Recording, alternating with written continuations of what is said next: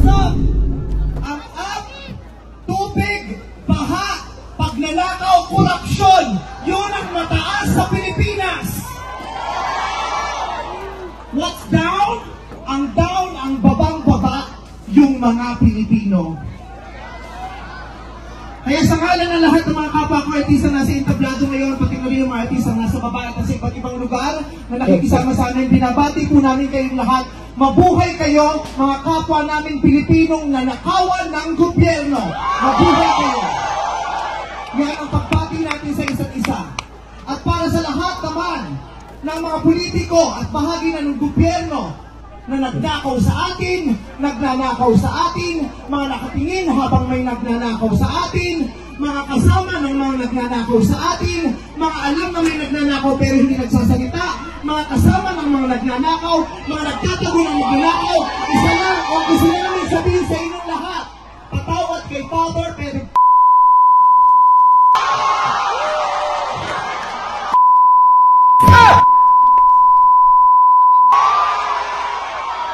tapos ng misa, pero Panginoon, patawarin niyo kami, pero totoo yan.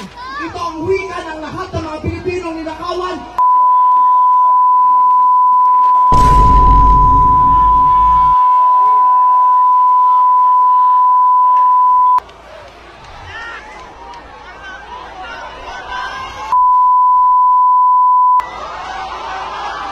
Tapos na ang panahon ng mga mababait at ng mga resilient. Ang mga mababait, ginago.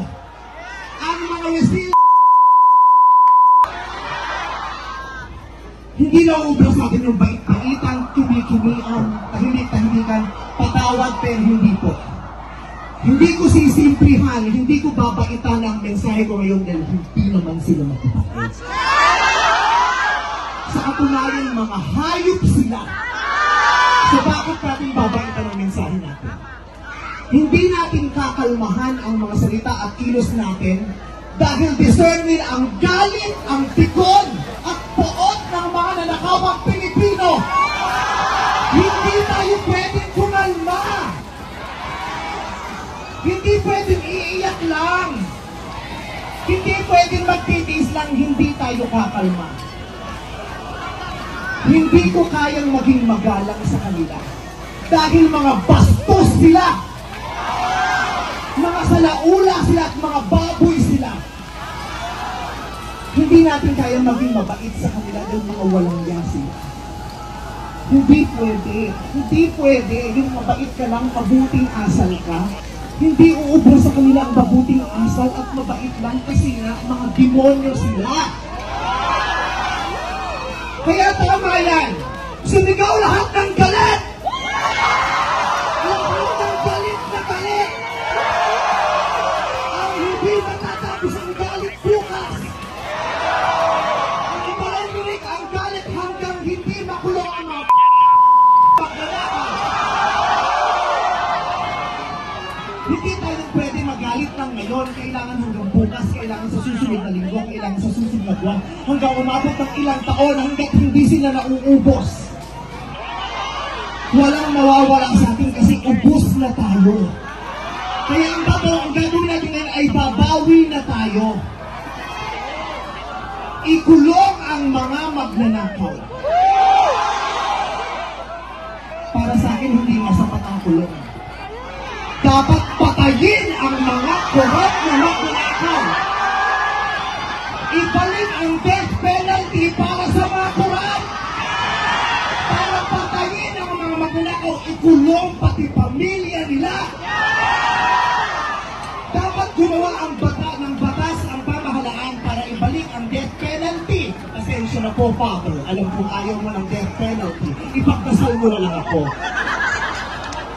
Ibalik ang death penalty para sa magnanakaw. Dahil ang magnanakaw, ang corrupt na public official, hindi ko natatawag na public official, ang corrupt na politiko ay higit pa sa mamamatay tao.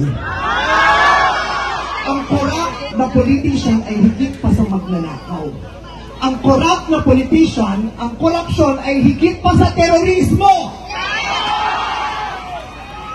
Ang mga terorista, namimili lamang ng lugar at panahon kung kailan aatake. Pero ang mga magnanakaw sa Pilipinas, walang pinipiling araw. Araw-araw nila tayong ninanakawan. At ang inaatake ng mga terorista, yung mga iba ang pananampalataya, iba ang paniniwala, iba ang lahi. Pero ang mga kurap, kapwa Pilipinong kalahi ang ninakawan. Kaya hindi tayo pwedeng sumuko lang ng ganito. Kaya hinahamon ka namin, Pangulong Bongbong Marcos, kung gusto mong magkaroon ng magandang legasiya, ang pangalan mo, ipakulong mo lahat ng nagnanakaw. Nakatingin kami sa iyo, Pangulong Bongbong Marcos, at inaasahan ka namin, hindi dahil sa idol ka namin, kundi dahil sineswelduhan ka namin at inaasahan ka namin na tutuparin mo ang inuutos namin mga employer mo. Kami ang nagpapasahod sa inyo, tapos na ang panahon na natatakot tayo sa gobyerno. Takutin natin ang gobyerno dahil kapangyarihan nasa sa atin, wala sa kanila. Nakatingin kami sa inyo, ipakulong lahat ipakulong. Bawiin ang mga ari-arian. Bawiin ang mga ari-arian. Pati atay, i-donate. Bigay ang atay. Pati lahat, i-donate lang. Hindi tayo